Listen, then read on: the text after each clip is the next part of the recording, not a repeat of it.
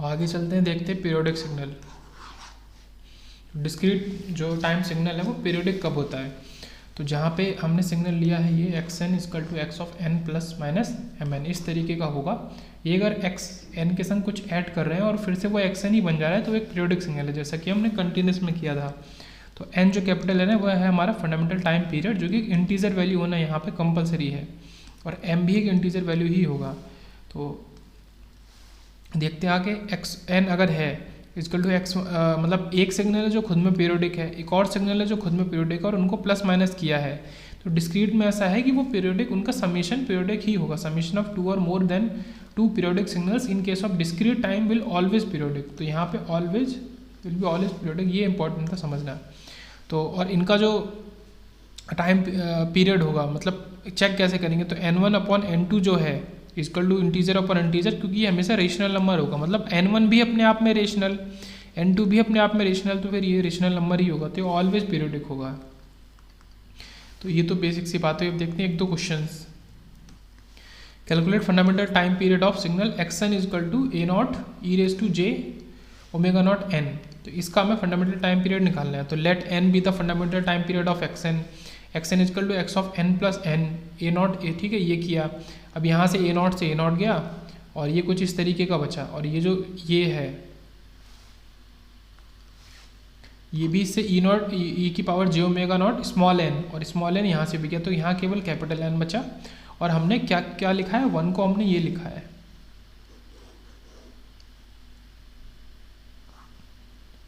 One is equal to, मतलब one हमारा क्या है, ई raise to J to pi के, ये वन के इक्वल होता है, ये चीज़ वन के इक्वल है, तो ये इसके इक्वल आ गया।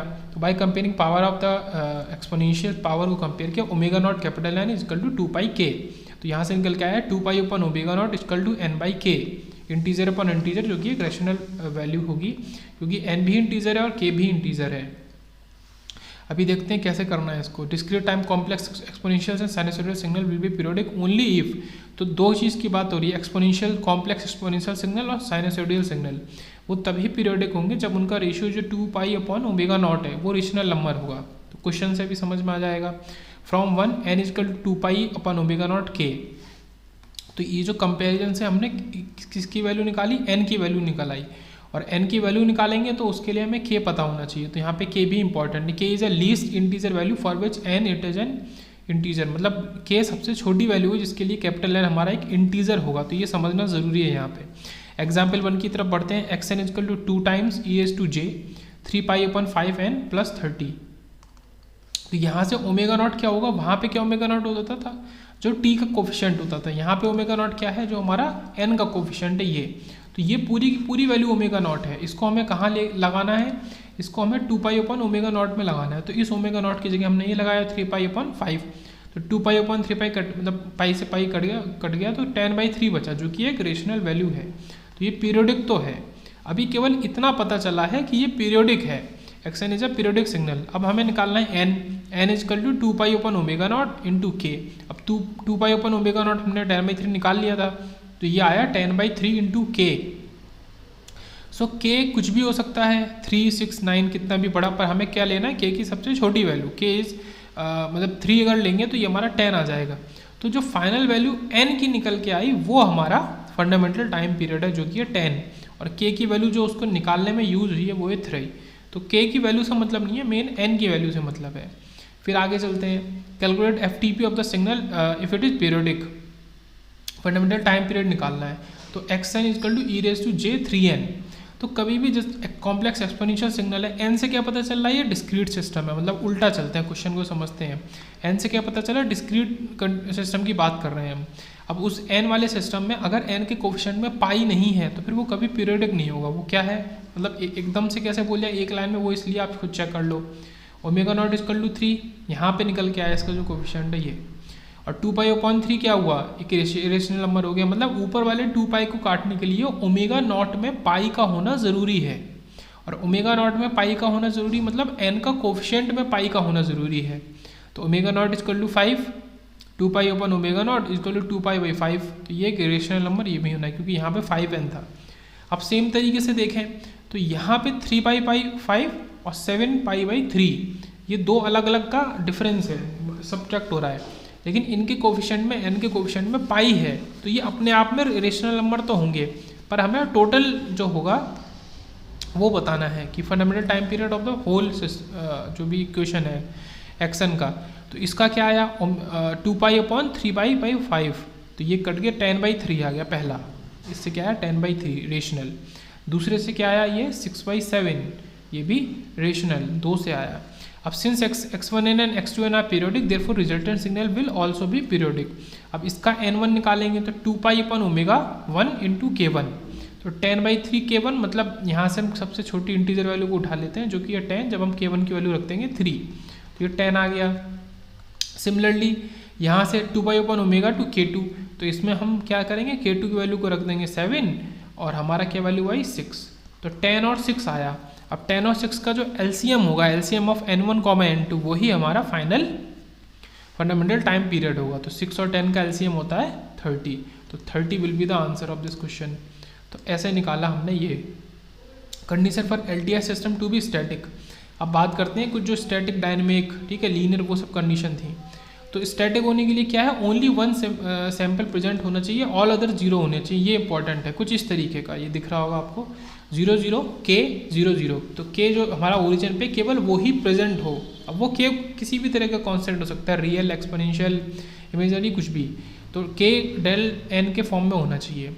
तो where hn is system impulse response, k is constant, तो hn ये सिस्टम इम्पल्स रेस्पॉन्स है। hz अगर करेंगे तो इक्वल टू k, वो पूरी तरह कांस्टेंट होगा, उसमें ये del n वाला कुछ नहीं होगा।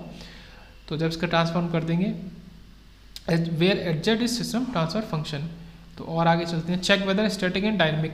तो सीधा सा है, बस इतना चेक करना है कि जो ओरिजिन पे वैल्यू है इसके अलावा भी वैल्यू है कि नहीं है तो ये हो गया डायनेमिक, ठीक है, डायनेमिक हो गया। यहाँ पे देखते हैं, अगर आप इसको सॉल्व करें un minus u of n minus 1, तो ये क्या निकलेगा, ये डेल ऑफ n निकलेगा। अब डेल ऑफ n के क्या कोफिशिएंट है 1, 1 एक कांस्टेंट है, तो ये स्टैटिक हो गया। फिर बात करते हैं तीसरे की 2 + 3j इंटू डेल एन, तो ये उसी फॉर्म में है। अब ये कुछ भी हो सकता था, हमें कोई दिक्कत नहीं कि ये इमेजनरी है, इमेजनरी इसके अंदर है, तो ये हमारा k ही है, ये चीज़ k है, तो ये स्टैटिक हो गया। सेम बात करें 1 + z की पावर -1, इसको ऐसे लिखेंगे तो ये हमारा क्या हो गया, एक तरीके से डायनेमिक हो गया। ओके, hz क्योंकि कांस्टेंट नहीं है। और अगर 2 की बात करते हैं तो ये स्टैटिक हो गया। ये 2 क्या होगा, अगर इसको लिखेंगे कैसे लिख सकते हैं 0 0 2 0 0, तो ये क्या है, ओरिजिन पे वैल्यू 0 है, बाकी ओरिजिन पे वैल्यू 2 है, बाकी सब जगह 0 है, तो इसलिए स्टैटिक हो गया। अब बात करते हैं कॉजल और एंटी कॉजल, नॉन कॉजल की। कॉजल का सबको पता है कि अगर n लेस देन 0 के लिए, मतलब कि अगर ग्राफ में लेफ्ट साइड में कुछ भी अगर वैल्यू प्रेजेंट है तो वो हमारा नॉन कॉजल हो जाएगा। कॉजल होने के लिए वैल्यू को सिर्फ और सिर्फ राइट साइड में प्रेजेंट होना ज़रूरी है, मतलब hn 0 होना चाहिए लेफ्ट साइड में, ओके, कॉजल होने के लिए। और नॉन कॉजल होने के लिए क्या है कि कुछ ना कुछ अगर यहाँ प्रेजेंट हो गया लेफ्ट साइड में तो वो नॉन कॉजल हो गया। अब उसमें एक नई चीज़ निकल के आती है एंटी कॉजल। एंटी कॉजल का मतलब है कि आपका ग्राफ राइट में कुछ भी प्रेजेंट नहीं है, केवल और केवल लेफ्ट में प्रेजेंट है, तो वो एंटी कॉजल है। और नॉन कॉजल को भी मैं शो अगर करूँ, नॉन कॉजल का मतलब है कि इधर भी प्रेजेंट होना चाहिए और इधर भी प्रेजेंट होना चाहिए, दोनों में होना चाहिए प्रेजेंट, तो वो नॉन कॉजल हो जाएगा। तो वही चेक करते हैं। तो calculate causal non causal system, तो hn इक्वल टू 2 की power n + 1 u of n minus 1। तो देखते हैं, अगर इसमें -1 रख के देख लेते हैं, तो -1 रखा तो ये आ गया 0, तो ये -1 रख के 0 आ रहा है, इसलिए ये कॉजल सिस्टम होगा, ये लेफ्ट साइड में 0 होगा हमेशा।